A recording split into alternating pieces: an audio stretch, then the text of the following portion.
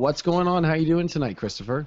Well, we all survived that big blood moon, and I think right now we're all feeling a little bit expanded in our consciousness, a little bit of woo-woo energy, and people floating around and trying to reassemble our collective thoughts after that expanding, separating energy that we were experiencing with this beautiful, beautiful blood moon.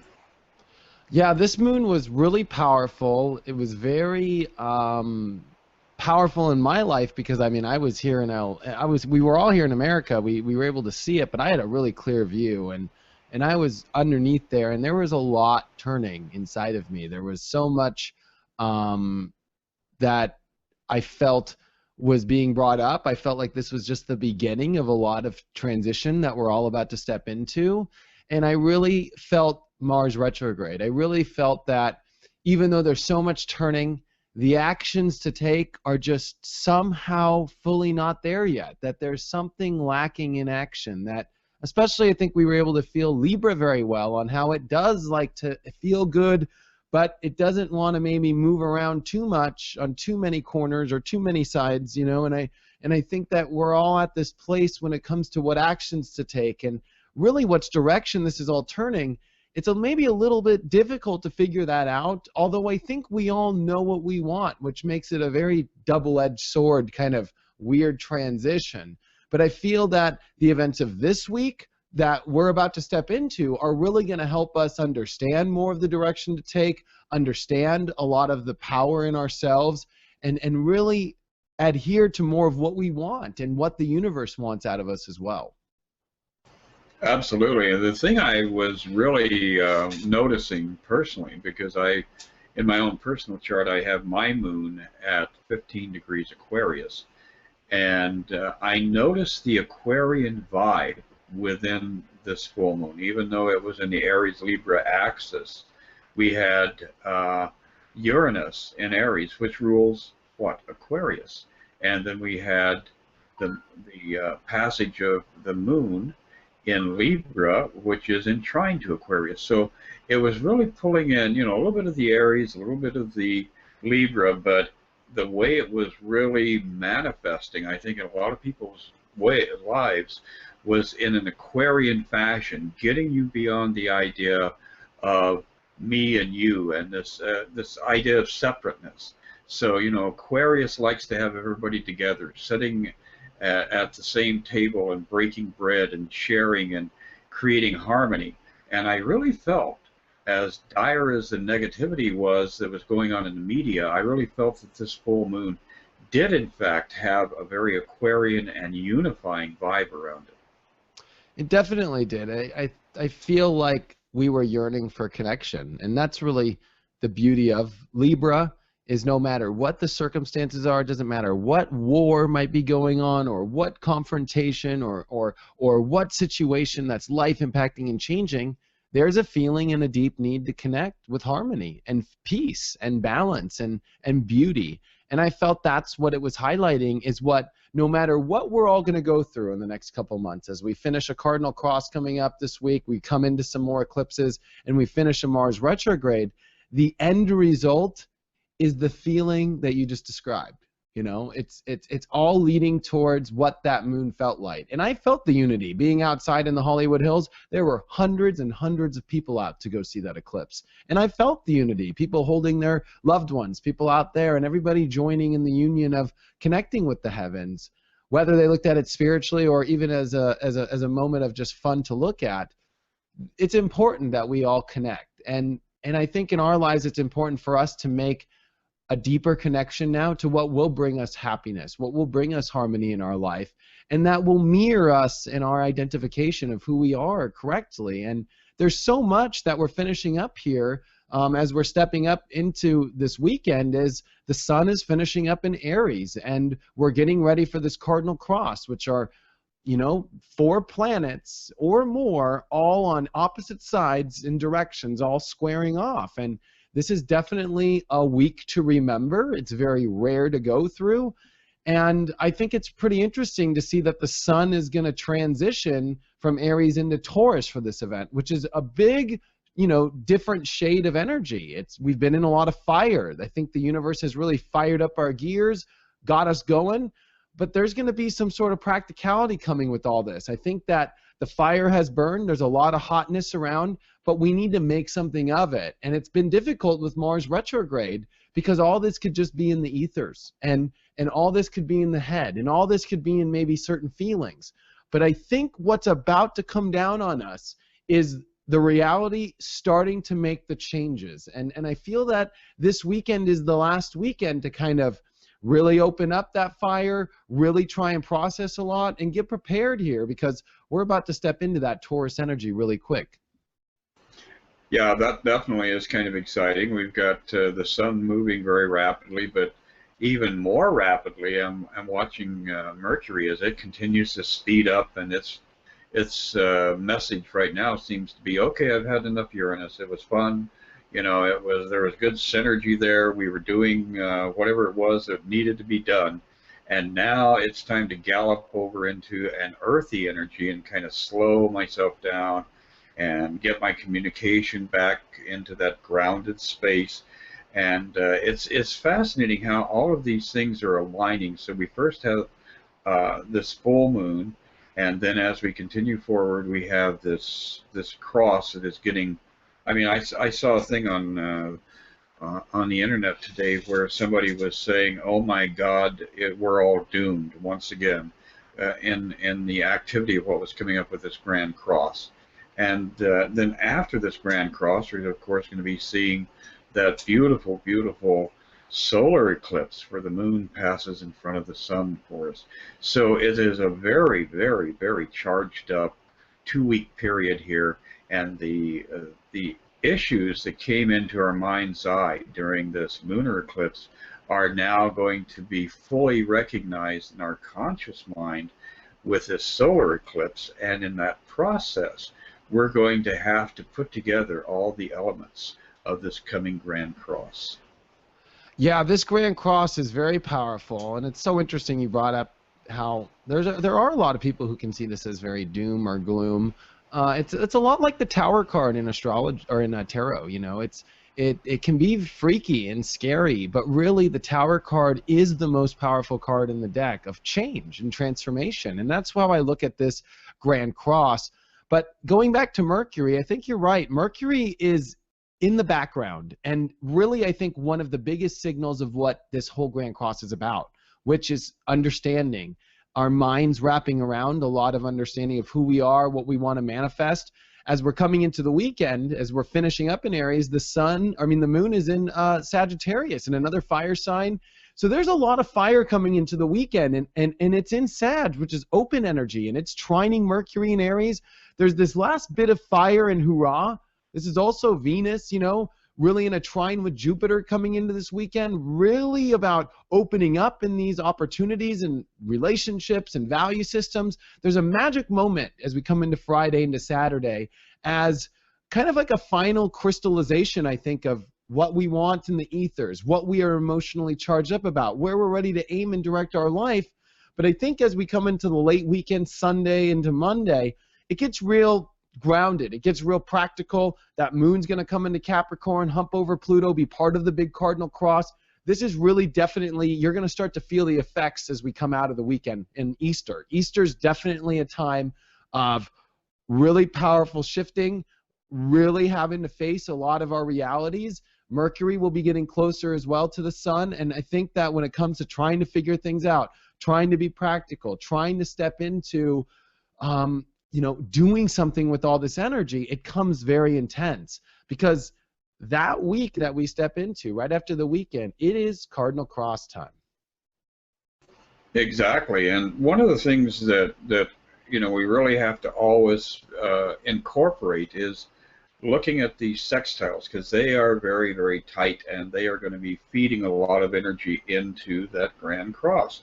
As the moon passes over Pluto, it's going to be first approaching a tight sextile to Neptune in Pisces, and then it's Chiron in Pisces, and then Venus in Pisces. And it's also going to have interaction with Saturn in Scorpio. So we've got all of these sextiling energies, which are very visceral. These are tangible. These are energies that you really feel, and you know, in the most three-dimensional way, because you're going to have these events highlighted in your own personal life. So watching that moon's movement over the weekend, and especially Sunday when it does make contact with Pluto, we're going to see what that grand cross can manifest as in both the negative and the positive way. And of course, we're in a dualistic universe, so every negative has a positive, and every positive has a negative. So it's going to be a fun ride over the weekend, but that gets us prepared for the big event for the coming week. Yeah, and it's pretty big. I think the weekend is prep. I like how you brought up again that moon on Pluto on Easter. That's also Venus going to be on Chiron. And so this is highlighting a lot in relationship energies, especially because we do have the North Node in Libra. We have Mars retrograding in Libra, and Mars is the activator of this cross. Since coming into this weekend and before the cross happens, we are in a perfect T-square. This is when Pluto and Uranus are making their exact square, which from what this looks like to me, it's going to be happening on that Monday. So, you know, that's already one transit in itself that's crazy, because Pluto, the planet of change and rapid extreme transformation, is coming in a hard aspect with the planet of innovation and also extreme change and radical doing different stories. And so this is putting pressure in our lives very intensely. And it is Mars coming into that 13th degree, which will activate Jupiter, which will activate Uranus, which will activate Pluto. So this, I think, has to do a lot with relationship energies, really highlighting where especially Venus and Chiron is. There's got to be some sort of healing taking place in relationships. But the downfall of Chiron is kind of the weird aspect that you might feel in your relationships. And so I think that there's kind of a little bit of turbulence, you know, in our flights with relationships, with how we feel deep at our cores. And we are in a sun now in Taurus as we step into this cross, which is about the value of your life. And now that the South Node is out of Taurus, I think that we're cleared for takeoff with really doing what's best for yourself. It can feel a little bit, you know, greedy, Taurus, but really I think Taurus is about enriching yourself in the nature of the best of the best, the quality of the earth, the quality of a spring. This is also the peak of spring that's starting to come up in our lives. So I think there's a lot of flowers trying to grow in our lives, but, you know, there's different parts of the garden it might be on that we are not used to being at. We're not used to maybe tending that side of the garden in our life.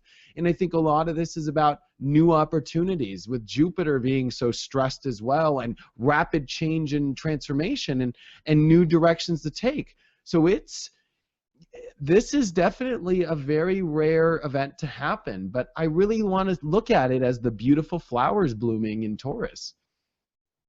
Exactly. It's the sun-moon activity are the bookends, and all of the books in between, all of the different novels, everything from, you know, the Bible and all these ancient, archaic, spiritual writings, right up to, you know, what's coming into manifestation this very moment with some poet in Paris sitting there penning his next thought.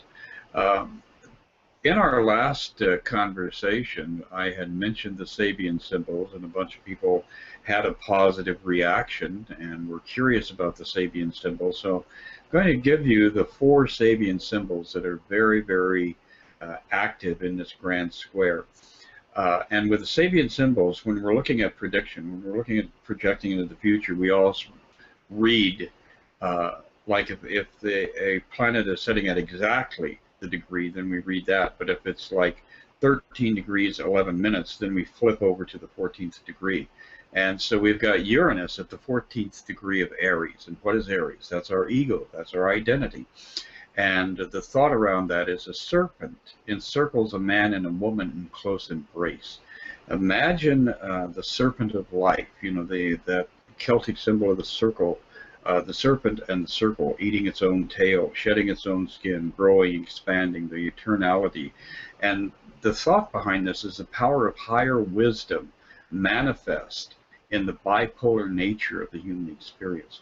So Uranus sitting in Aries is going to bring us into a state of spiritual awakening, spiritual awareness, and it's going to pull together our own inner masculine and inner feminine energies. So that's how you want to embrace it. That's how you want to envision that. The next degree that comes along is Mars at 14 degrees in Libra, the opposition angle here. And the thought around that is a rich landowner takes a siesta in his tropical gardens. What is this guy doing? He's indulging himself. He's allowing himself to be dependent on those around him. And he has perhaps too much faith that everything is exactly where it's supposed to be, and he can live by exploiting those around him. So we have this polarity going on, exploitation from the ego going on down here in Libra, and the potential for spiritual unification in the sign of Aries. Going across to Jupiter, we have 14 degrees Cancer. An old man alone faces the darkness in the northeast. And this gives us an image of, you know, the old guy in the winter storm, facing into the storm, having the courage to face life, and having that strength to realize that within every winter there's a spring, and within every autumn, you know, there is this process of disintegration, and then as we see summer, we see it all blossom and come into fruition. So the eternality of the human experience is that strong emphasis over here coming to us from Jupiter and Cancer. And then we have Pluto. Boy, Pluto's energy is always, you know, cathartic and revolutionary. And it's at 14 degrees Capricorn, a dense jungle.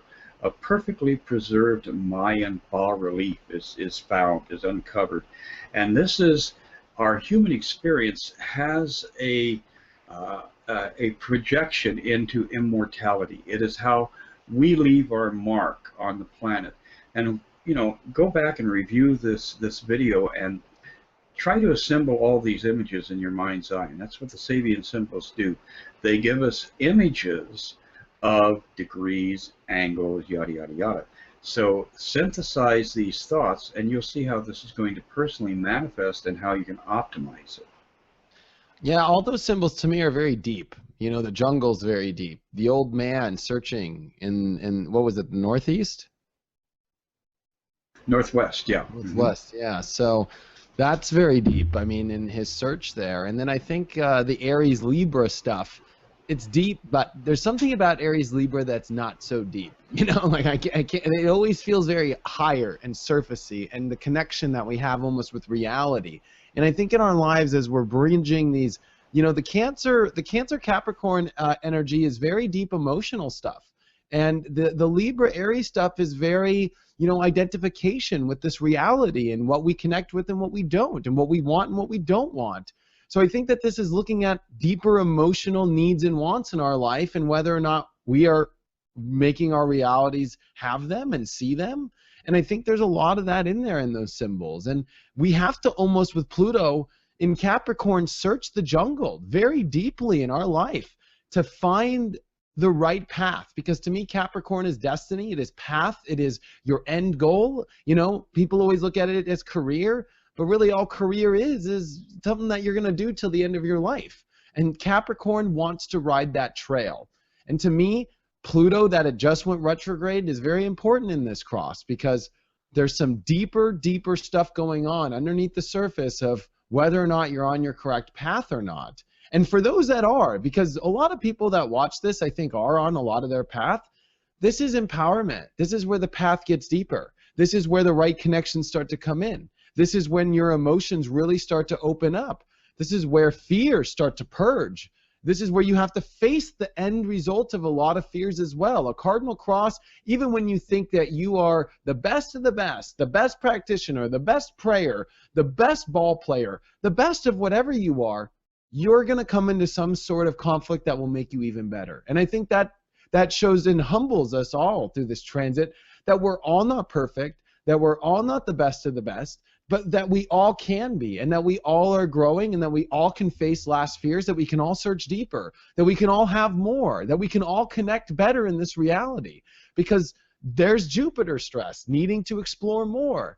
And so to have all these come together, you know, it's a lot like a Monopoly game where all the pieces land on one you know, place, and this is all landing on Boardwalk, and we all have to figure it out. We all have to learn to share. We all have to learn to figure out what to do with this placement in our life. And this is all the pieces on the board really coming into one position to focus on extreme amounts of energy in your life, and it could be all pointed and signaled towards one thing. One thing about this cross is they all look at the middle of Earth, and in your life there could be one central focus point of all this energy, and it's getting very personal, and it's trying to lift it off. And I think that that's what this is about.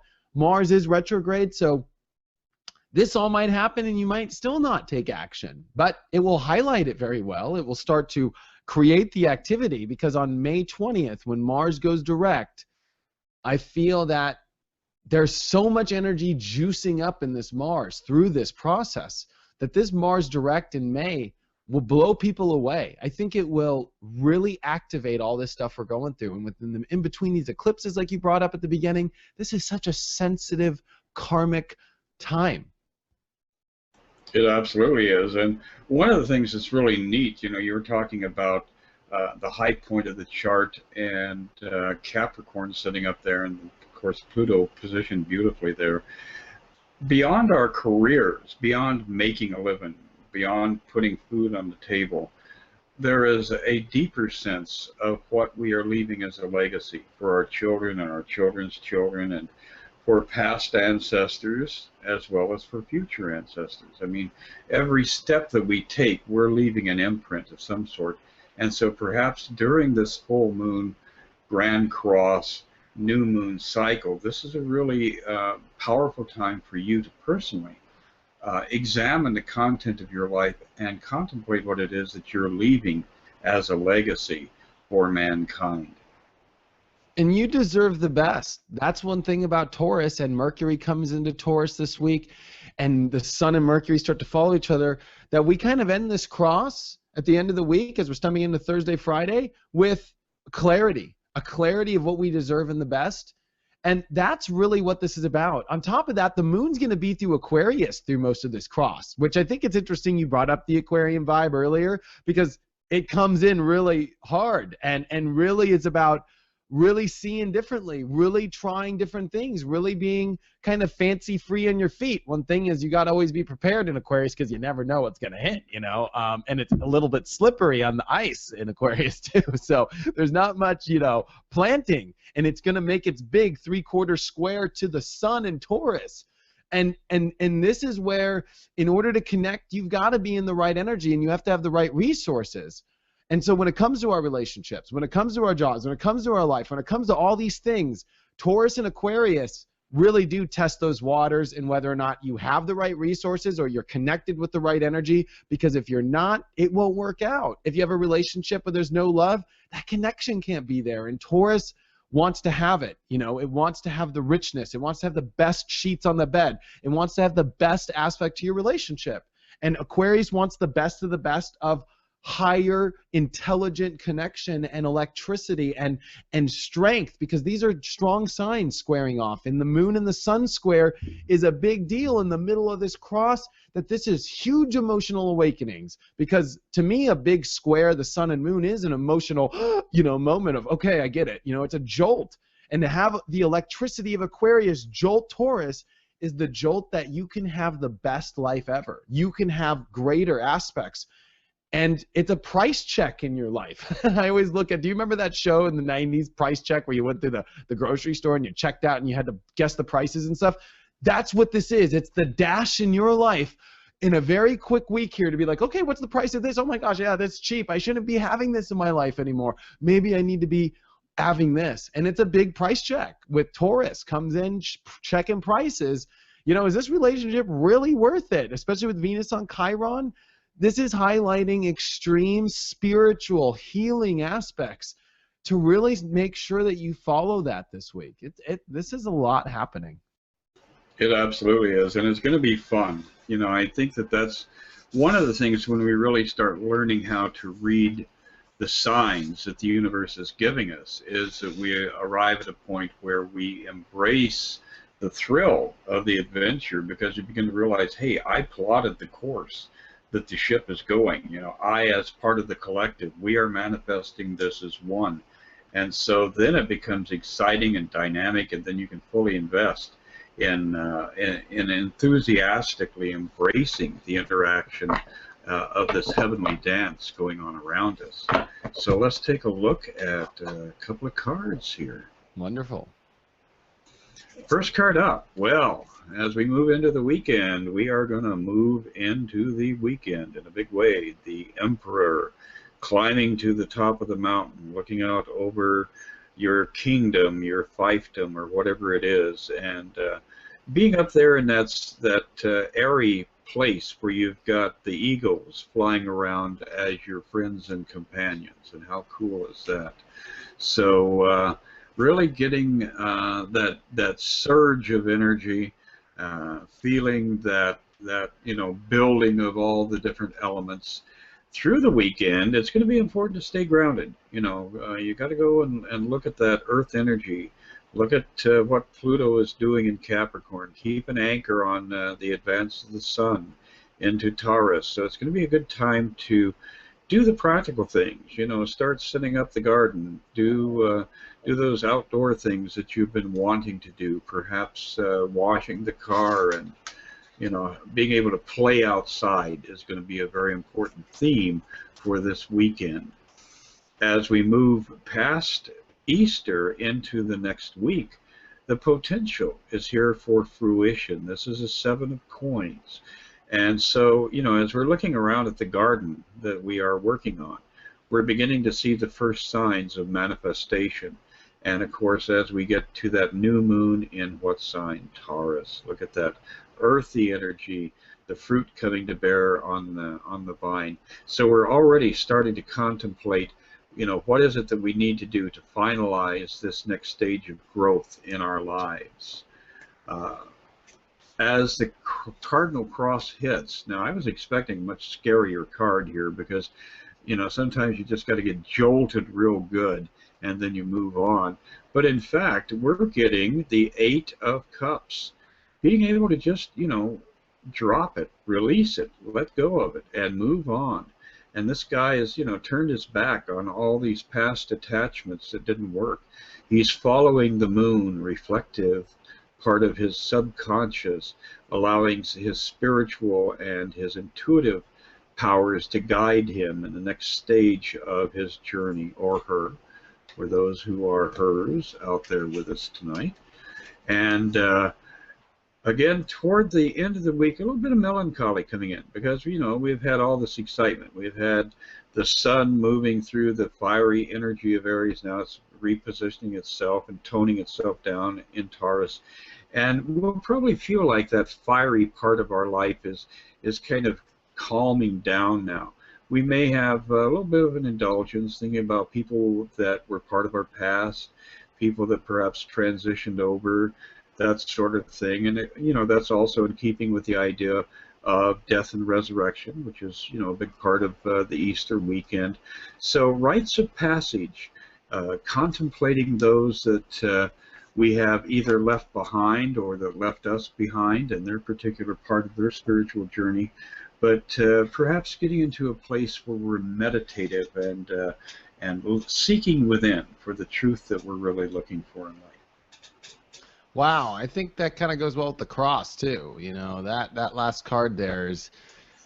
You also have the option to either be left outside of the church or walk in it, and I think that's a good way to look at the cross. Like, the universe is there to support you, but you're gonna need to do something about it too. You know, part of this is about doing things. You know, like we got to do things, and that's the Emperor card at the very beginning.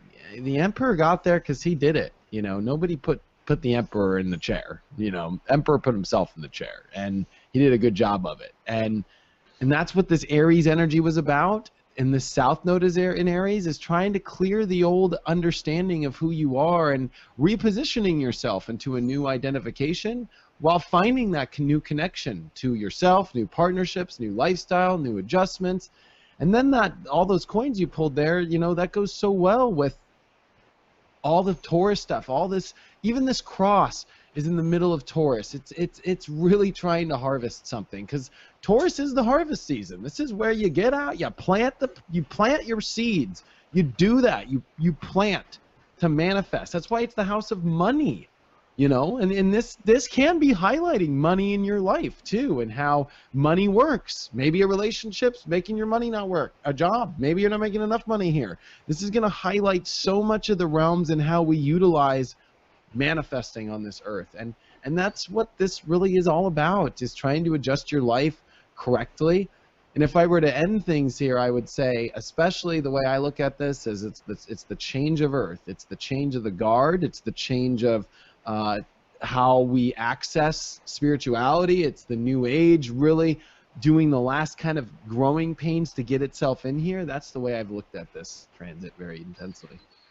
Yeah, this is definitely a major door opener. It's another advance into this evolutionary process. It's taking us into 2015, and then 2021 is going to be a big cycle of shift and transformation. So we're definitely pilgrims, and we are on the road, hopefully, to enlightenment. Those of us who aren't seeking something deeper will probably they'll probably find you know, an oasis along the way and stop and get drunk and sleep with the camels. Who knows? But but it is. We are pilgrims.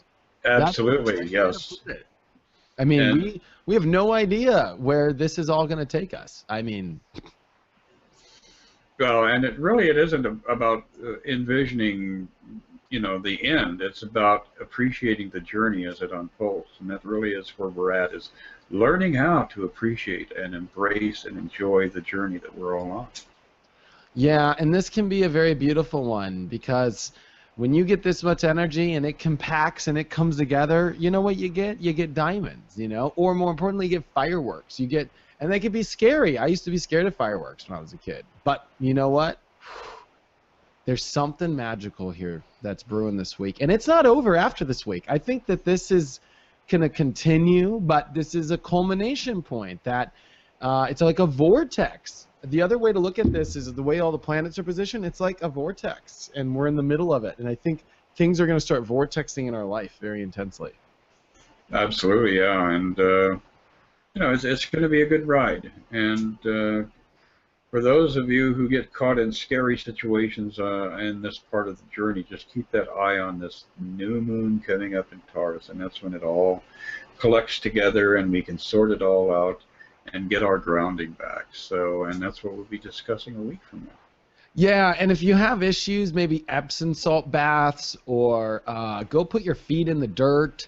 You know, turn off the noise, you know, because there's going to be a lot of noise and static and the universe shifting signs. Your ears will be ringing, I bet you, through the next week very intensely. Your head might feel a little off. There's going to be a lot of ascension symptoms this week. And I think it's important to ground, and Epsom salt, or, you know, even getting some essential oils and putting it on a little bit. Maybe just putting even a candle around the house, a little glade or something, you know. Get your senses back into reality, you know, and it will help you so much. It definitely will. And touch the earth and touch the water, you know. Be tactile right now, because that's what we're doing, is we're riding the crest of this magical dance in the sky, but at the same time we are grounded on Mother Earth. So yes, we're going to have a great ride. Well, thank you, Chris, for doing this. It was awesome. I had a great time, and I think we hit a home run here. I think we definitely did the cross in a great way of describing it, and I can't wait to see you next week, because we'll be talking about that solar eclipse coming up the following week. Absolutely. It's going to be a fantastic week, and you get out there and then rock and roll and have some fun this weekend. I will, Pilgrim. See you soon. All right, talk to you later. Bye. Okay, good night.